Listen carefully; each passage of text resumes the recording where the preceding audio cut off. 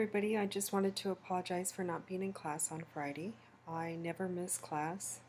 Unfortunately, when life happens and there are emergencies that arise, sometimes you don't have much of a choice. Um, but I wanted to begin with giving you all at least an overview of everything that we've covered. I know that there are at least 4 chapters that I would have liked to have covered in length. And you know me, I always want to go backwards before I go forward. And my intention on Friday was to go back a little bit on short-term memory, long-term memory, and then move forward. Because basically the following chapters were over breaking down that information and how we formulate long-term memories. And there was a little experiment that I would have liked to have conducted in class, which we will go ahead and do this Friday just so you have a better understanding. But I wanted to give you a comprehensive overview of what we've covered so far that you could expect to see on your midterm. So some of you have texted me, some of you have emailed me that you can't access the midterm, but I kind of did that on purpose because I wanted you to have an opportunity first to know what was going to be on the midterm so you wouldn't be sitting there searching. Because as you know, as soon as you log in, you have 2 hours from the time that you logged in to take the midterm. And even though it's online and you have your book, I didn't want you having to really be trying to figure out what it is that's on the test. People spend more time trying to search for the answer, even though it's an open book, than they actually get to on understanding what the information is. And part of it is I wanted you to be able to recall from memory as well as to what you know. So just so you know what's on the midterm, I will cover in length chapters 1 through 3. You can expect to see a lot of questions on pattern recognition, attention, the human information processing cycle, which is basically the sensory store, and what does it mean for sensory store, the filter selection, short-term memory, long-term memory. I'm going to ask you some questions as far as how long memory retention lasts, things of that nature. I'm going to ask you some questions on the bottleneck theory. I'm also going to ask you some questions regarding decay, some of the decay theories and some of the interference. So we didn't really get to cover all that in length because I planned to go backwards on Friday and go back over those decay theories and the interference, because as you probably read, there's a huge difference between the two. Basically, the decay suggests that we lose information over a time frame, that information only lasts so long, and then interference has to do with that whole processing portion. If there are one too many stimuli in the environment going on that interferes with the way that you interpret information and store it. So you can expect to see that. I am going to have some questions on the chapters that I should have covered on Friday, which was on semantic organization. Don't forget about the different types of memories. Just so you all know, I know that you probably took the quiz, and I know everybody got that one question wrong, but I went back and gave you all partial credit for the ones that you did get right. The one about the memories. One of them in there was a short-term memories, but keep in mind that short-term memories isn't a memory formulation. In other words, nothing sticks to memory in short-term memory. That's working memory. It's still doing that whole process.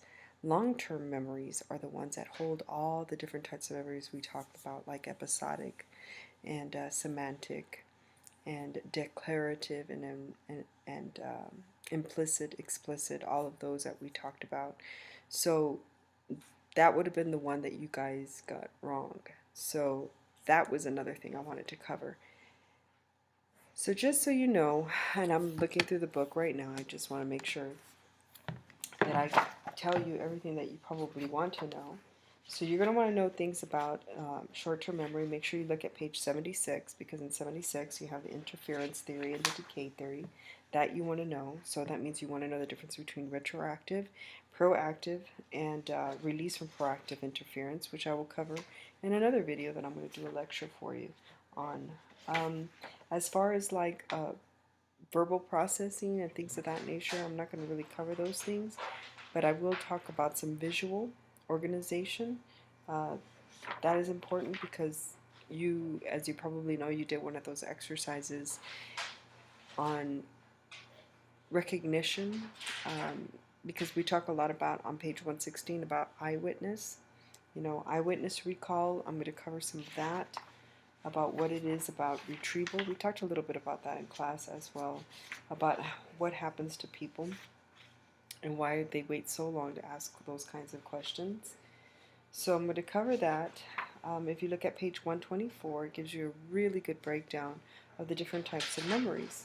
So this is the one that you probably should have looked at, and if you read the textbook, you probably would have realized the difference when you answered that question. Also, I'm going to ask you a question about what priming is. And you can pretty much expect to see some things about memory code. Like, I'm going to talk to you a little bit about what memory code is as far as auditory memory span. That's going to be covered but very briefly. So you can expect at least 1 or 2 questions regarding that, because that includes structural coding, phonemics coding, and semantic coding. You're going to want to know what a morpheme is, what a phoneme is, all the little breakdowns of language on how it is that we're able to recognize those sounds. I want you to look at what cued and non-cued recalls are. You're going to want to know what distinctive items are. And if you go into visual images, the only thing that you're going to want to know is pages, let's see, what I really want you all to read is page 150. 150 through 161. That whole section on, let's see, visual image and learning is important. That's really what I would want you to understand about it, is why is it so important? Because understanding what visual neglect is, visual buffers, attention windows, that's important, because we always wonder why some people don't pick up a lot of information when they're learning. It's more than likely because of that. If you look at page 176, you're going to see that picture of the pennies, but if you look at the coding PowerPoint that I've uploaded, you're going to see the same thing. You're going to see those pennies on there, and what it's talking about is not picking up on those little distinctions, those little details that you sometimes tend to leave out. On categorizing, you're going to want to know on page 186 through 187. Those things are important. You're going to want to know what the different types of categories are. So superordinate, subordinate, basic level categories, you're going to want to know what those are, because I'm actually going to give you some examples on the midterm, and you're going to need to match and know what the difference is between those. And then I'm going to cover on semantic organization. The one thing that I want you to know is defining feature, characteristic feature, feature comparison model, and the hierarchical network model. You're going to want to know those things so that you can actually look at the, and of course you're going to want to know what a schema is. You know, we've covered schema many times, and we've heard about schemas in almost every psychology course that you've ever taken. So you want to know what that, you're going to want to know what a default knowledge is, and script, and amodal and modal, know what the difference is on that. That's on page 233. And what is 235? Autobiographical memory. Sorry. And if you look at page 236, it has a great little picture of the brain, about what is responsible for what. And then you could see on page 238 exactly how semantic networks play out. But then again, we covered this in class, and we're actually going to do an exercise on Friday. So that is it as far as like terminology that you need to know. If you give me a chance to go in there and change the time frames for the test, then you'll be able to access it here shortly. But go over that, review the material. I really would like to see you guys try and answer most of these questions, at least from the knowledge, from what you know and from what you learned.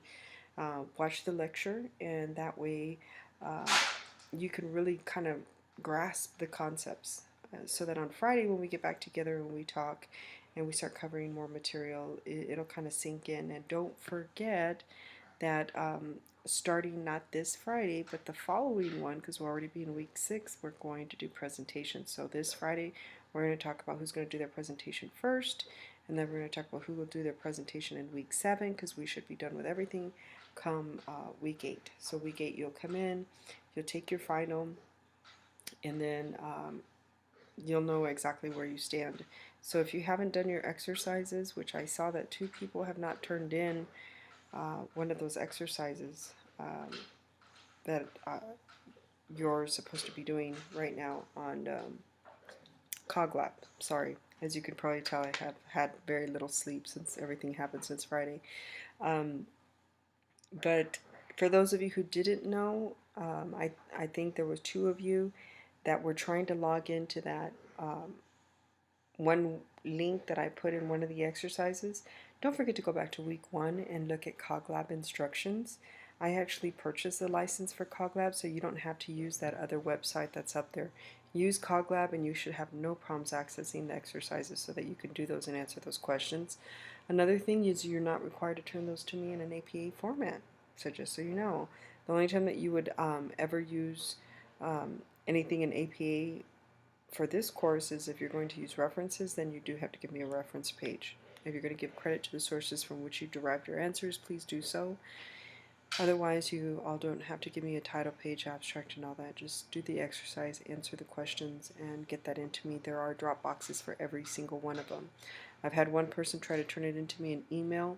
The only drawback with that is that I'm not going to return it back to you via email. It needs to be in the Dropbox so that I can respond back to you, give you feedback, and send it back. I'll send it back to you with a little attachment. You download that, and you'll be able to see my feedback to you. So, as always, guys, if you have any questions and I don't get to you by email fast enough, because I will tell you right now that I'll be in and out of my email because I'm just really bogged down by this situation that occurred on Friday. And so, if I don't get back to you, just call me. The number is on the syllabus. Just give me a call, and I'll be more than happy to guide you, help you through those. Remember that the primary thing about this class is making sure that you learn the information. So keep your eyes peeled. I'm going to put those videos up, and you should be able to access those so that you can be caught up by Friday when we meet again. Thanks.